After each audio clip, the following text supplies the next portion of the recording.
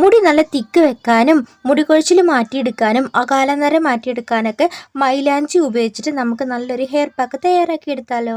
നമ്മുടെ മുടി അനുസരിച്ചിട്ട് വേണം മൈലാഞ്ചിയുടെ ഇല എടുക്കാനായിട്ട്. ഞാൻ ഇതുപോലൊരു ബൗള് മൈലാഞ്ചിയുടെ ഇല എടുത്തിട്ടുണ്ട് കേട്ടോ. ഇനി നമുക്ക് വേണ്ടത് ചെമ്പരത്തിയുടെ പൂവാണ്. 3 ചെമ്പരത്തി പൂവാണ് ഞാൻ എടുത്തിരിക്കുന്നത്. മൈലാഞ്ചിയുടെ ഇല എത്രത്തോളം ഉണ്ടോ അത്രത്തോളം തന്നെ ചെമ്പരത്തിയുടെ ഇലയും എടുക്കണം കേട്ടോ.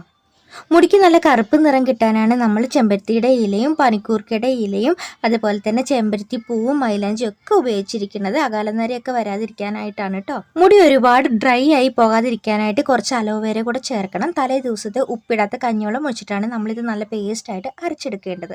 ഹെയർ പാക്ക് ഒരു തുണി ഉപയോഗിച്ച് നന്നായിട്ട് അരിച്ചെടുക്കണം. മുടിയുടെ ജടയെല്ലാം നല്ല വൃത്തിക്ക് കളഞ്ഞിട്ട് മുടിയിൽ കുറച്ച് ഓയിൽ ഇട്ട് കൊടുത്തിട്ട് വേണം ഹെയർ പാക്ക് തേച്ച് പിടിപ്പിക്കാനായിട്ട്. സ്ത്രീകൾക്കും പുരുഷന്മാർക്കൊക്കെ ഈ ഹെയർ പാക്ക് ഉപയോഗിക്കാവുന്നതാണ്. 15 മിനിറ്റ് കഴിഞ്ഞിട്ട് ഷാമ്പു ഉപയോഗിച്ച് ഹെയർ വാഷ് ചെയ്തെടുത്തോളൂ കേട്ടോ. സബ്സ്ക്രൈബ് ചെയ്യണേ, വീഡിയോ ഒന്ന് ലൈക്ക് കൂടി ചെയ്യേ.